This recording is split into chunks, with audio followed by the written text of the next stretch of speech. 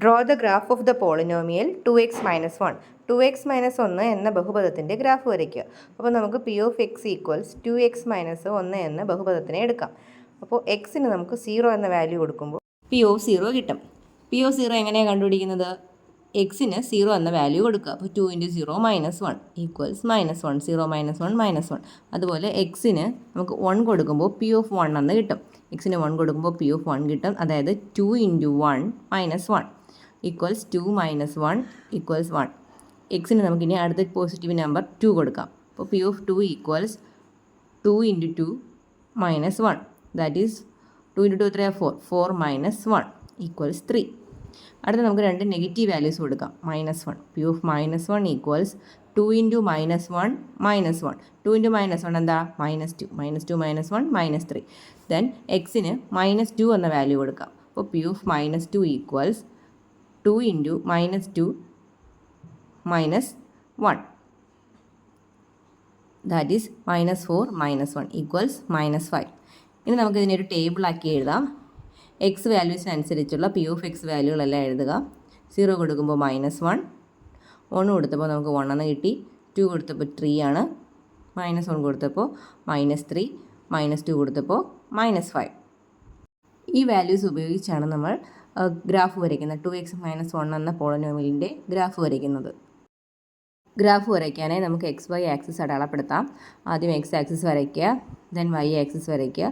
പിന്നെ ഓരോ സെൻറ്റിമീറ്റർ ഇടവിട്ട് നമുക്ക് പോയിൻറ്റ്സ് അടയാളപ്പെടുത്താം. X ആക്സിലും Y ആക്സിലും പോയിൻറ്റുകൾ അടയാളപ്പെടുത്തുക. റൈറ്റിലേക്ക് പോസിറ്റീവ് വാല്യൂസ് ആയിരിക്കും, അതുപോലെ ലെഫ്റ്റിലേക്ക് നമുക്ക് നെഗറ്റീവ് വാല്യൂസ് ആയിരിക്കും അടയാളപ്പെടുത്തേണ്ടത്. അപ്പോൾ ഓരോ പോയിൻറ്റുകൾ ഇടവിട്ട് ഓരോ സെൻറ്റിമീറ്റർ ഇടവിട്ട് നമുക്ക് പോയിൻറ്റ്സ് അടയാളപ്പെടുത്താം. അതുപോലെ മുകളിലേക്കും താഴേക്കും അടയാളപ്പെടുത്തുക. മുകളിലേക്ക് പോസിറ്റീവ് നമ്പേഴ്സാണ്, അതുപോലെ താഴേക്ക് നെഗറ്റീവ് നമ്പേഴ്സ് ആയിരിക്കണം അടയാളപ്പെടുത്തേണ്ടത്. നമുക്ക് വാല്യൂസ് കൊടുത്താൽ 0 1 2 3 4 5 അങ്ങനെ റൈറ്റിലേക്ക്, മുകളിലേക്കും 1 2 3 4 5, താഴേക്കും -1 -2 -3 -4 -5 എന്നിങ്ങനെ കൊടുക്കുക. ലെഫ്റ്റിലേക്ക് -1 -2 -3 -4 -5. ഇനി നമുക്ക് പോയിൻറ്റ്സ് അടയാളപ്പെടുത്താം. 0ക്ക് നേരെ -1 0ക്ക് നേരെ -1 1ന് നേരെ 1 2ന് നേരെ 3 -1ന് നേരെ താഴേക്ക് -3 മൈനസ് വാല്യൂ ആണ്, താഴേക്കാണ്.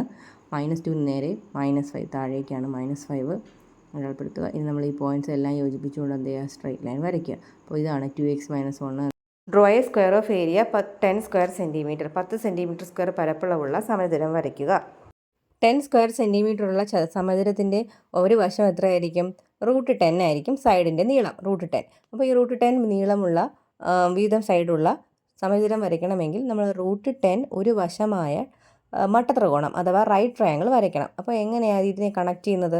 നമുക്ക് 1ൻ്റെ സ്ക്വയർ അറിയാം, അതുപോലെ 3യുടെ സ്ക്വയർ അറിയാം. ആഡ് ചെയ്യുമ്പോൾ 1 + 9 എന്ന് കിട്ടും. 1 + 9 എത്രയാണ്? 10. ഇപ്പോൾ നമുക്കിനി എങ്ങനെ എഴുതാം? 1 സ്ക്വയർ + 3 സ്ക്വയറിനെ എങ്ങനെ എഴുതാൻ സാധിക്കും? √10ൻ്റെ സ്ക്വയർ എന്ന് എഴുതിക്കൂടെ? √10ൻ്റെ സ്ക്വയർ അല്ലേ 10. അപ്പോൾ ഇതൊരു റൈറ്റ് ട്രയാങ്കിൾസിൻ്റെ വശമാക്കി എടുത്താൽ നമുക്ക് എന്ത് വരയ്ക്കാം? റൈറ്റ് ട്രയാങ്കിൾ വരയ്ക്കാമല്ലോ. അപ്പോൾ ഈ അളവുകൾ ഉപയോഗിച്ച് നമുക്ക് ആദ്യം റൈറ്റ് ട്രയാങ്കിൾ വരയ്ക്കാം. ഒന്ന് ഞാൻ റഫായിട്ട് പറഞ്ഞുതരാം. അപ്പോൾ ഇത് 3 സെൻറ്റിമീറ്ററാണ് ബേസ്. ഹൈറ്റ് 1 സെൻറ്റിമീറ്റർ എടുത്തു കഴിഞ്ഞാൽ നമുക്ക് കിട്ടുന്ന ഹൈപ്പോട്ടനീസ് എത്രയായിരിക്കും? √10 ആയിരിക്കും കർണമായിട്ട് കിട്ടുന്നത്. അപ്പോൾ ഈ അളവുകൾ ഉപയോഗിച്ച് നമുക്ക് വരയ്ക്കാം.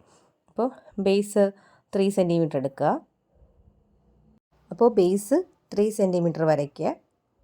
Then height 1 സെൻറ്റിമീറ്ററാണ് വരയ്ക്കേണ്ടത്. അപ്പോൾ 90 ഡിഗ്രി എടുത്ത് വരച്ച് കഴിഞ്ഞാൽ നമുക്ക് കറക്റ്റ് ഒരു പെർപെൻഡിക്കുലർ കിട്ടും.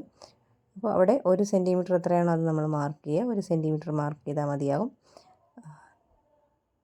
കറക്റ്റ് 1 സെൻറ്റിമീറ്റർ മാർക്ക് ചെയ്തതിന് ശേഷം ആ രണ്ട് പോയിൻറ്റുകൾ തമ്മിൽ നമുക്ക് യോജിപ്പിക്കാം. അപ്പോൾ നമുക്ക് കിട്ടുന്ന ഹൈപ്പോട്ടനീസ് ആയിരിക്കും അത്. ആ ഹൈപ്പോട്ടനീസിൻ്റെ അളവെന്ന് പറയുന്നത് എത്രയായിരിക്കും? √10 ആയിരിക്കും. ഇനി ഇതാണ് നമ്മൾ വരയ്ക്കാൻ പോകുന്ന സ്ക്വയറിൻ്റെ സമചതുരത്തിൻ്റെ വശം. അപ്പോൾ 90 ഡിഗ്രി ആയിട്ട് മാർക്ക് ചെയ്യുക. അതായത് രണ്ട് ആംഗിൾസ് 4 ആംഗിൾസും 90 ഡിഗ്രി അല്ലേ.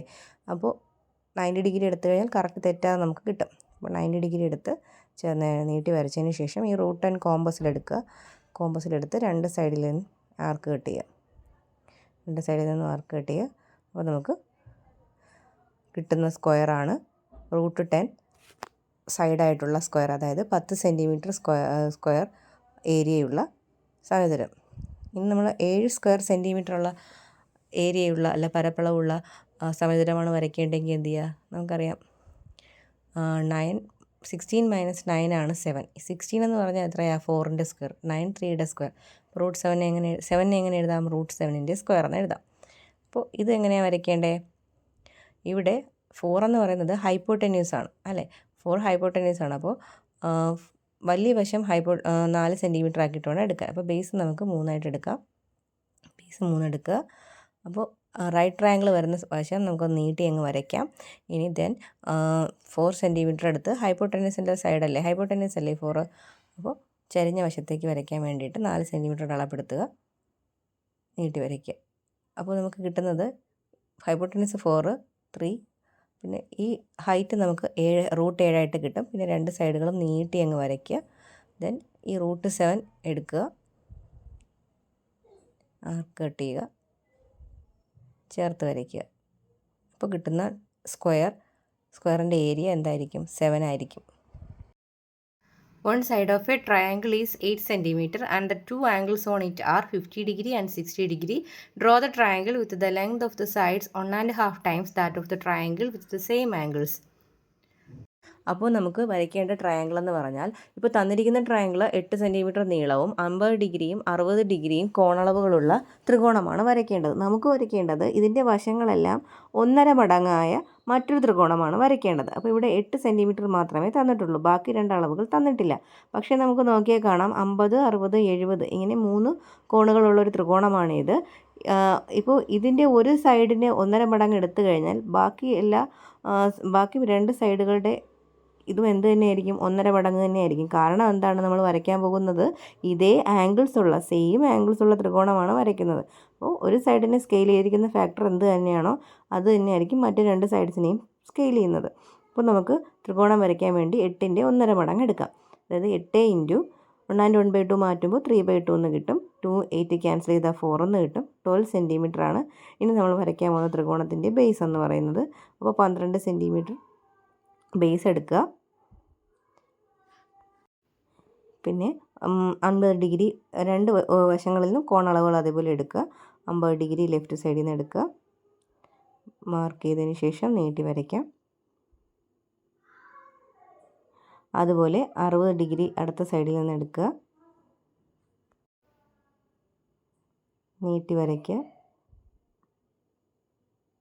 അപ്പോൾ നമുക്ക് കിട്ടുന്ന ത്രികോണം എന്ന് പറയുന്നത് വശങ്ങളെല്ലാം 1.5 മടങ്ങായ ത്രികോണമായിരിക്കും. കോണളവുകൾ തുല്യമായിരിക്കും.